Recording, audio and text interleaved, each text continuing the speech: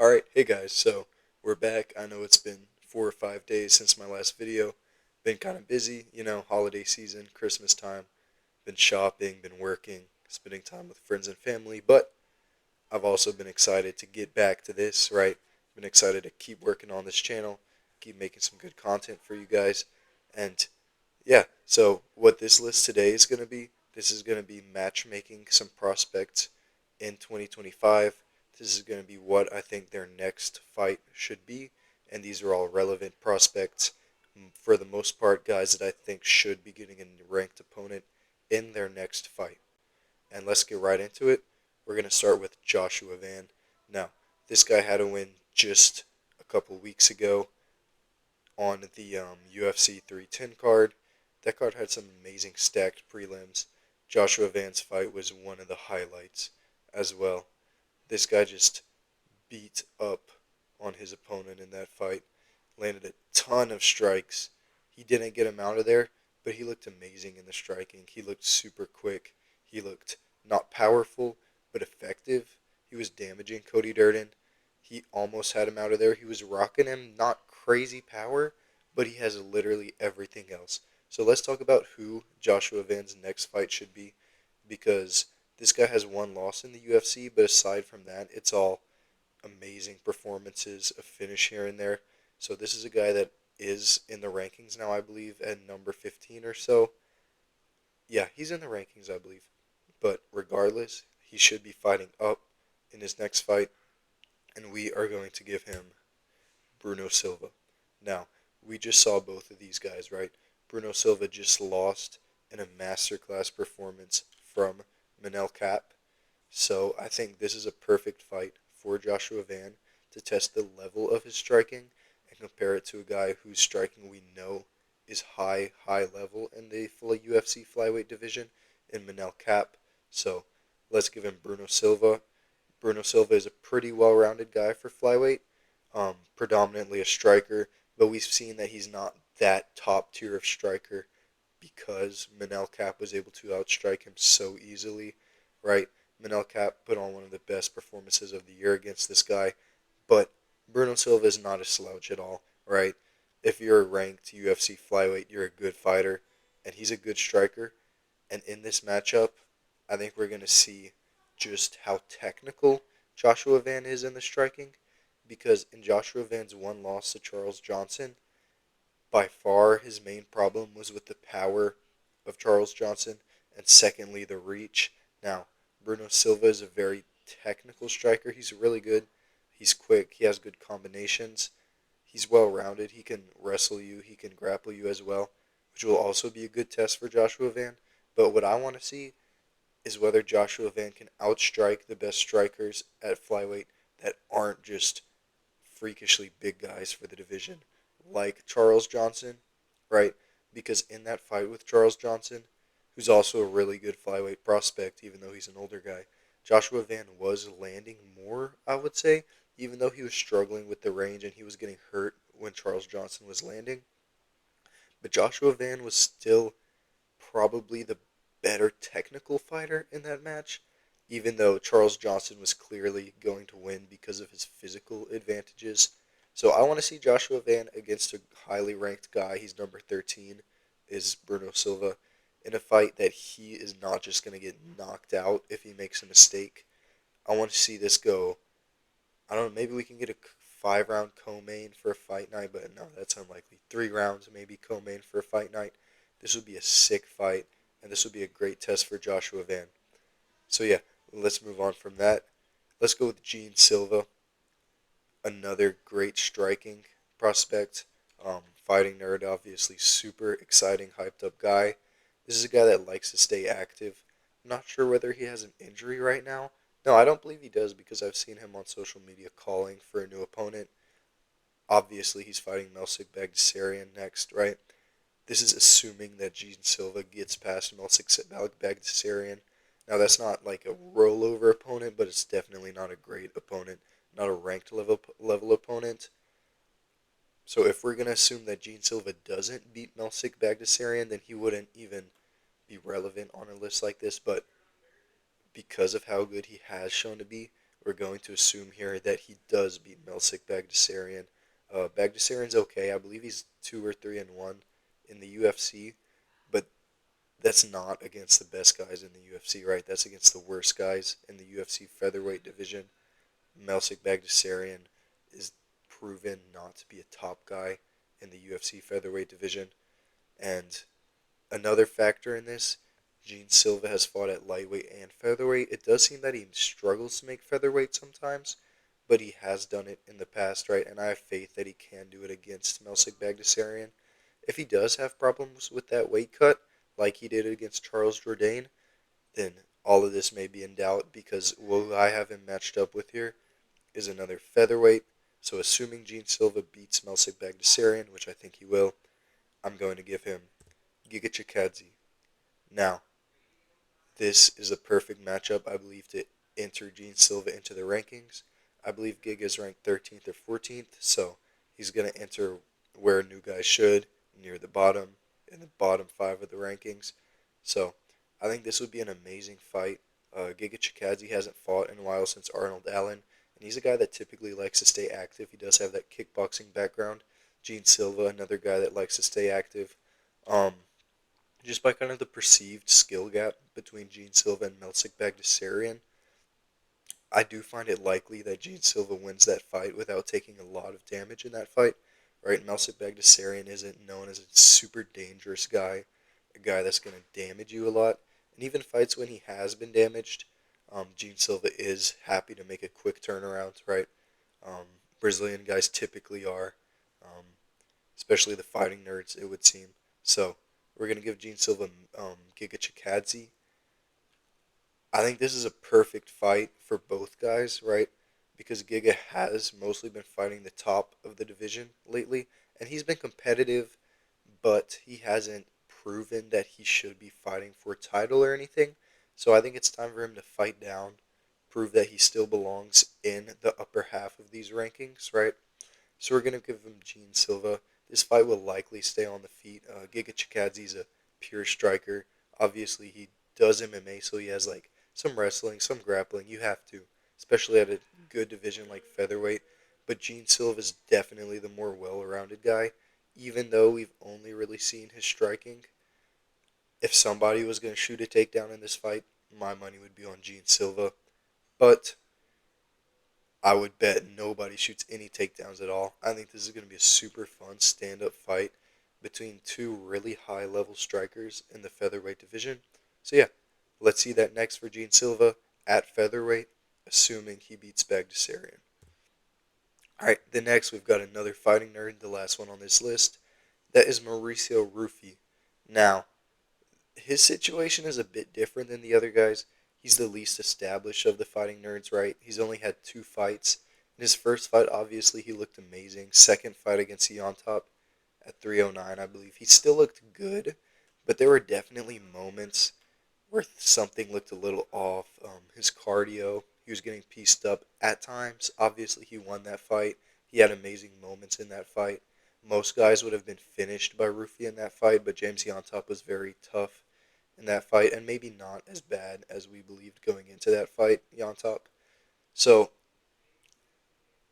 I'm gonna go out on a limb and give Ruffy a ranked opponent here, right? Because although Ruffy didn't look that unbeatable in his last fight, I just don't see a reason to keep throwing unranked guys at him that we expect him to beat. Let's give this guy a test, right? It's MMA. This isn't boxing. You lose once early in your career against a respectable guy, you're going to be able to bounce back. And this is a guy who's going to be super hyped up. So let's test him out now. I'm not saying we're going to throw him Islam Makhachev, but let's just start him off with Jaylen Turner. Now, Jaylen Turner is another guy who had a ton of hype coming up, and he deserved it. He's a massive for the division, super powerful, high-level striking, but lately I believe he's 1-3 in his last 4, and that is against top-level guys. He lost to Mike Cano, lost to Dan Hooker, lost to Gamrot, and for the most part, those have been very competitive. Those have all been very competitive fights, right? Arguably one against Gamrot, arguably one against Hooker, could have finished Moicano, but decided to try to walk off for that $300,000 bonus at UFC 300, and he ended up getting finished. Honestly, kind of dumb, kind of unfortunate. I don't blame him though. So yeah, this is a guy that we're going to give Mauricio Ruffy. If Mauricio Ruffy can beat Jaylen Turner, we know he's extremely legit, right? We want to test his striking against a guy that has top level striking in the division. Honestly, he's near the elite level for all of the UFC when it comes to striking. So yeah, and also we're going to be able to see the extent of Mauricio Ruffy's wrestling and grappling. If we see that maybe things aren't going well in striking against Turner, which is nothing to be ashamed of. Maybe we'll see Ruffy shoot a takedown. Maybe we'll see some grappling at work. So I think this is a great one to test out one prospect in Ruffy and give another prospect in Jaylen Turner a chance to bounce back, regain some hype. Both of these guys are super exciting guys. I'm sure they'll have a fun fight. And let's move on. Mingyang Jang, probably our one of our best upcoming light heavyweight prospects. He's not the most tested guy. He's mostly been fighting guys, road to the UFC. Some kind of, I was looking at his record. He was fighting in, like, it was called, like, Kung Fu Fridays in somewhere in China, somewhere in Asia. I'm not sure how high level those guys were, but this guy has maybe the most insane stats currently in the UFC. Mingyang Jang is currently coming off of 11 consecutive round one finishes, which is just ridiculous. And before that, most of his results before that were also round one finishes. Now, a few of those were him being finished, but he is once again off 11 consecutive round one finishes. We don't have a lot of depth at light heavyweight. Let's just throw this guy right into the rankings, right? He'll sink or swim. He's not a young guy. I believe he's in his 30s, maybe 32, 33, maybe even older than that. I need to check, but we're going to give this guy Anthony Smith, which seems kind of cruel. We don't really need to see Anthony Smith knocked out again, but this is the thing. Anthony Smith is well-rounded and relatively skilled even at this age for a light heavyweight, right? It's his physicality that's letting him down these days, his heart, his toughness, but he's still going to be able to give these unranked prospects a good check in the grappling, the wrestling. Can these guys go kind of a rough grafting 3 rounds? If Anthony Smith wants to fight again, he needs to be paying his dues at this point, fighting unranked guys. No more ranked guys for Anthony Smith. He doesn't need that. We don't need to see that. Let's give him this prospect in Mingyang Jang. Should be a fun fight, and we'll see how that goes. Alright, next we got Payton Talbott. Now, I've never been as high on Payton Talbott as a lot of guys are, but he is fighting Raul Barcelo soon at 311, I believe, so we'll see. We'll see how that works out. Um, it's not that he has shown some sort of crazy weakness. He just hasn't shown all that much to me, in my opinion. Obviously, when you're getting 11-second first round KOs, it's going to be hard to show all that much. So, who knows? This guy still could be the best prospect we've had at bantamweight in a long time, but I'm not sure that we can say that for sure yet. But assuming he beats Raul Barcelos, which he should if he's going to be a top-ranked guy. We saw how Umar dealt with him. He's kind of a 50-50 guy in the UFC other than that. So this is another Jean Silva situation. We're going to assume he beats Raul Barcelos, and we're going to give him Kyler Phillips. Now, a lot of this kind of depends on how well he beats Raul Barcelos. If he beats him the same way Umar beats him, just knocks him out, makes him look easy, then yeah, let's give him this jump up to Kyler Phillips. Now, Kyler Phillips himself was a guy that was kind of on a streak in the UFC until he got stopped, and he got stopped stiff. He got stopped bad. Not put out stiff, but like his momentum just got stopped suddenly by Rob Font. Now, Rob Font is kind of starting to gain a reputation as a fraud checker, right? Because we saw him do it to Yanez, who was also a super hyped up guy.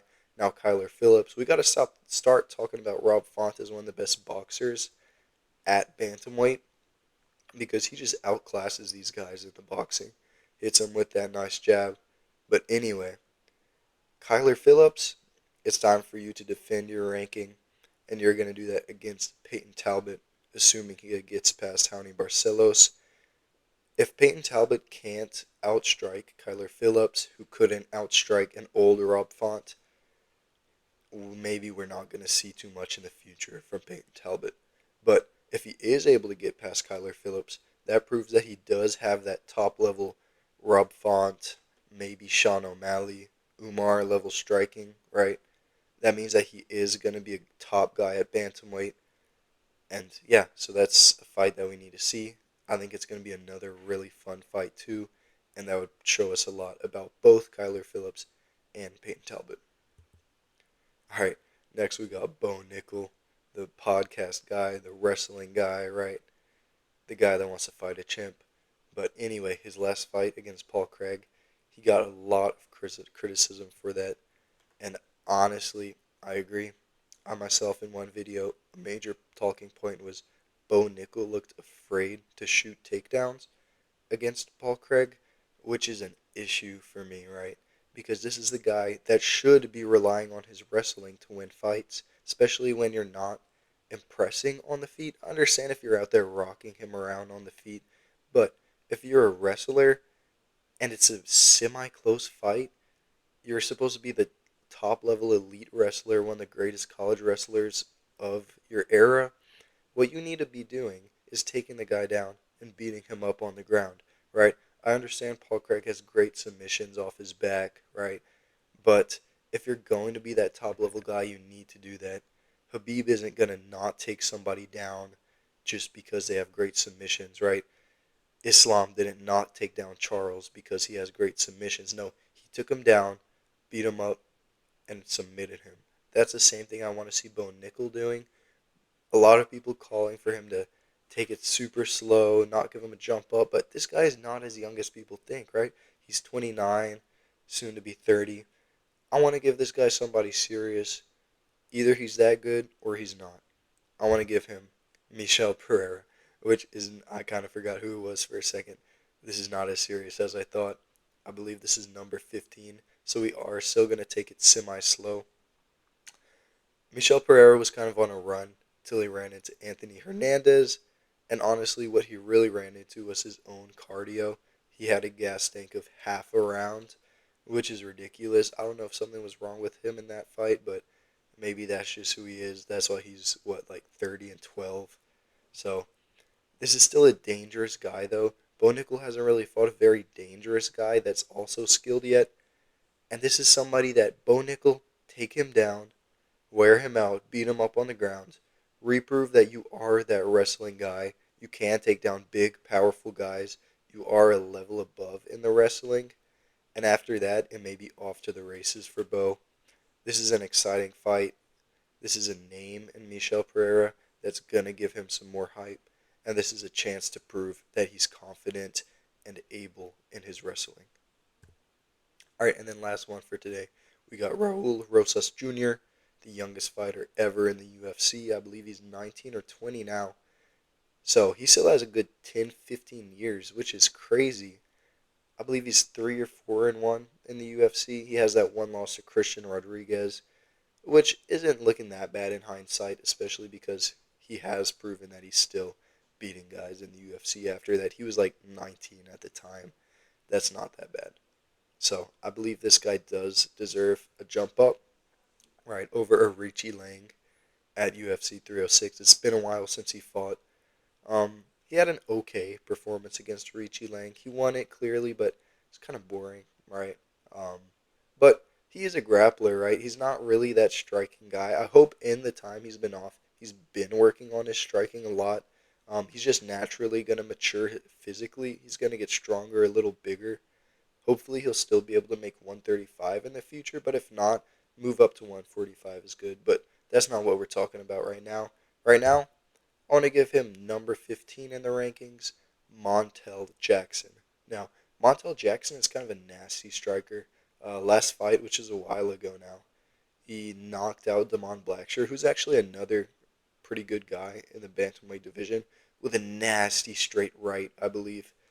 Put him out cold with one shot. And I think it's time we see Raul Rosas Jr. fight somebody that's dangerous, right?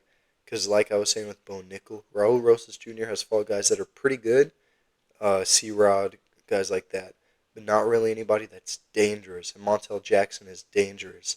I want to see how Raul Rosas Jr. deals with that. Is he going to stand up and strike with this guy? Is he going to go right for the takedown? And once he does, I want to see if Raul Rosas Jr. is a guy that's going to be able to easily take down strikers and easily sub them. Or if he's a guy that's going to have to mix it in, kind of, that's really going to have to rely on striking in some moments and maybe work his striking into his takedowns, into his submissions. So I think this would be a great test for Raul Rosas Jr. as well as a great way for him to enter the rankings. And yeah, another fun fight. So there we go. 7 new prospects, 7 fun fights to make, 7 fights that are going to build the prospects, that are going to offer good opportunities for the guys they're fighting, and fights that are guaranteed to be fun. Now, um, if you guys noticed, I got a new microphone, got some lights, adjusted my camera. I hope things are looking nice and good for you guys. I'm super excited to keep making videos. I hope you guys had a great Christmas. I hope you guys are going to have a great New Year's. Keep on the lookout for more videos coming. I should be back to posting once every day, once every other day. And yeah, if you guys like this one, I'm going to make a part 2. Thanks for watching, guys, and have a great day.